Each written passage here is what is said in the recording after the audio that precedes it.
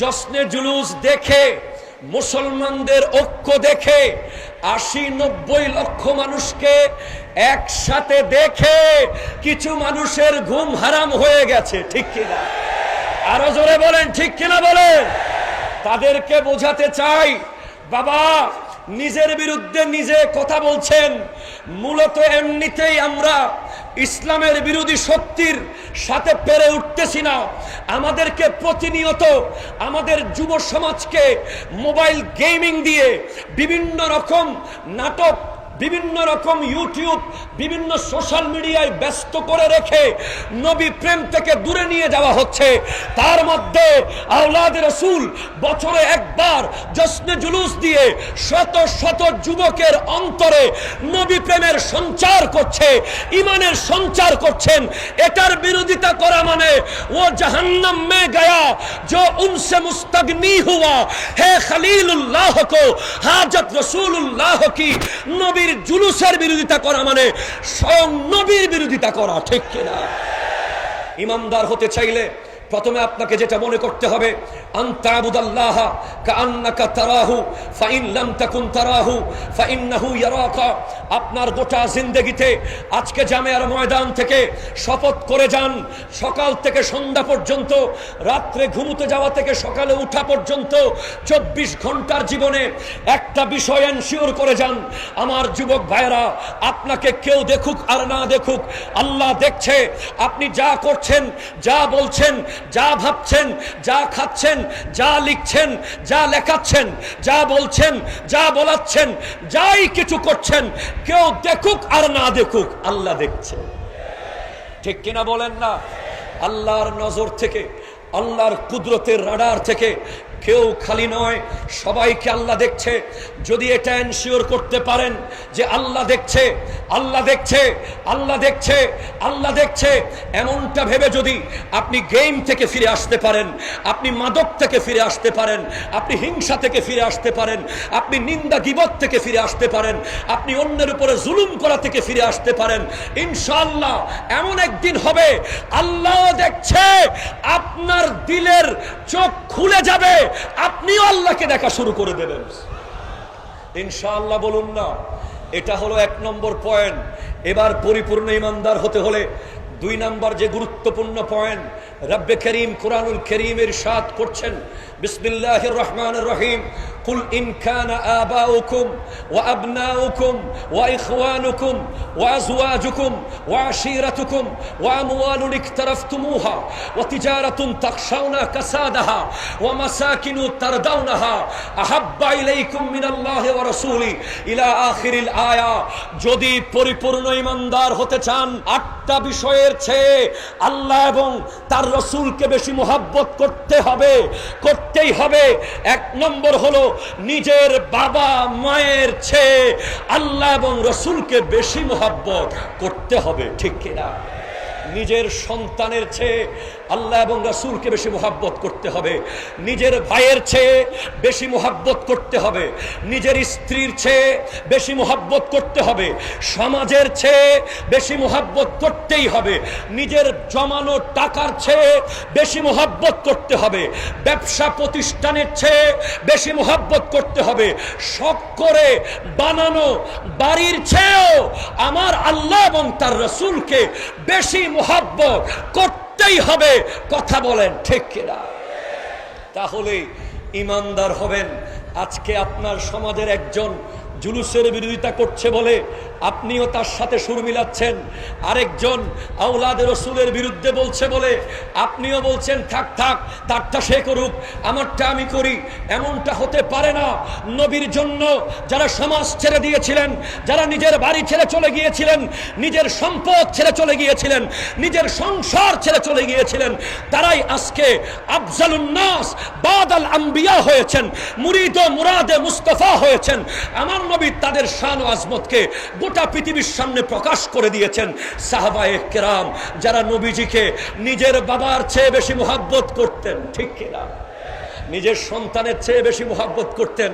সিদ্দিক আকবর রাদিয়াল্লাহু তাআলা আনহু বলছেন, ইয়া রাসূলুল্লাহ, আমার বাবা আবু কুহাফার ইসলাম কবুল করার চেয়ে আপনার চাচা হযরত আব্বাস ইবনে আব্দুল মুত্তালিব রাদিয়াল্লাহু তাআলা ওনার ইসলাম কবুল করা আমার কাছে বেশি প্রিয়।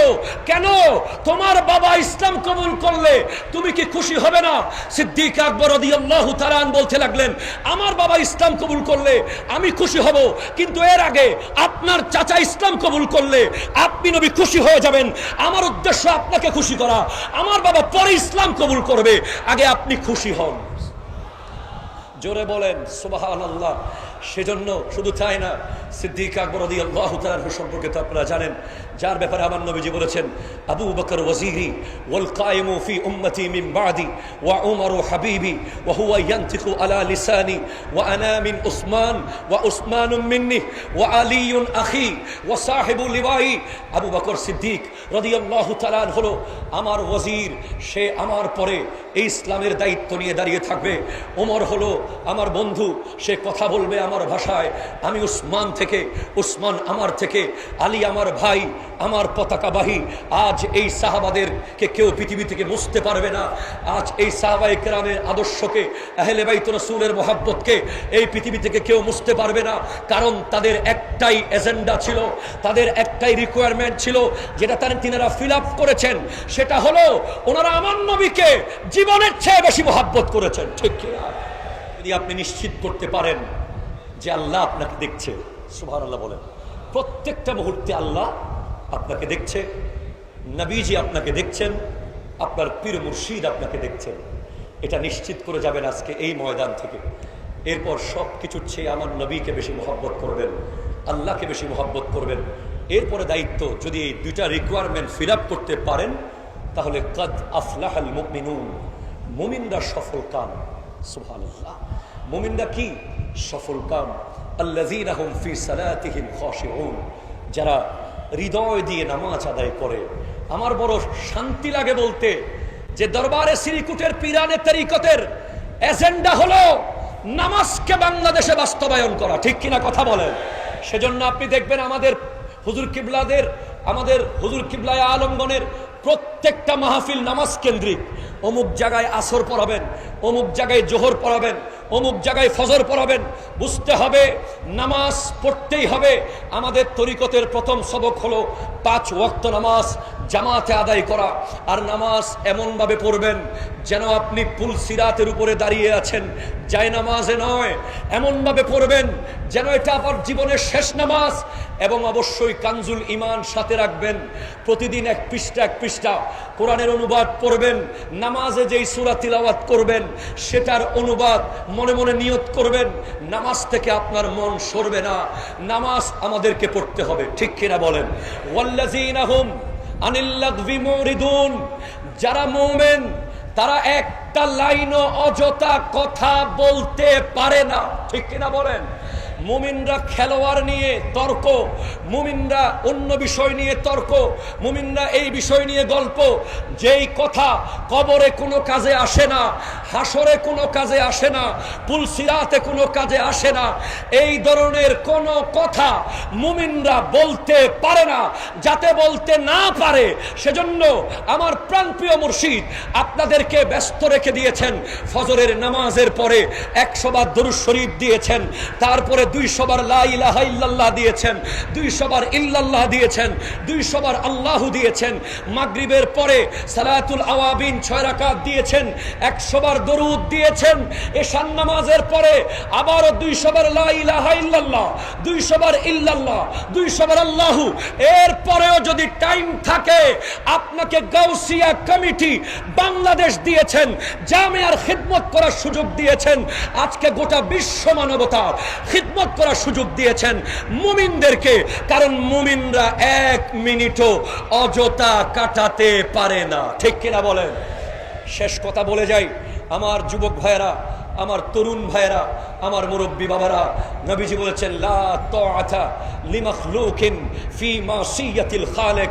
লা, এটা লা নাফি জিন্স, সমস্ত রকমের অনুসরণ যারা আল্লাহর নাফরমানি করে, যারা ইসলামের বিরোধিতা করে, যারা নবীর বিরোধিতা করে, যারা ওলি আল্লাহদের বিরোধিতা করে, যারা নবী প্রেমকে কমাতে চায়, যারা যুবকদের অন্তর থেকে আল্লাহর ভালোবাসা কমিয়ে দিতে চায়, যারা নামাজকে কমাতে চায়, যারা মুনাজাতকে কেটে দিতে চায়, যারা দোয়া করতে চায় না, যারা নামাজকে কেটে দেয়, যারা নবীর মিলাদ করতে চায় না, তাদের সাথে কোন ধরনের উঠা বসা চলা ফেরা কোনো সম্পর্ক রাখা যাবে না। ঠিক কিনা কথা বলেন? তাদেরকে বোঝাবেন, না বুঝলে সম্পর্ক ছিন্ন করে ফেলবেন। কারণ মান ইস্তাখাফা বিজানাবিহি সাল্লাল্লাহু আলাইহি ওয়াসাল্লাম ফাহুয়া কাফিরুন ওয়া মালউনুন ফিদ দুনিয়া ওয়াল আখিরা।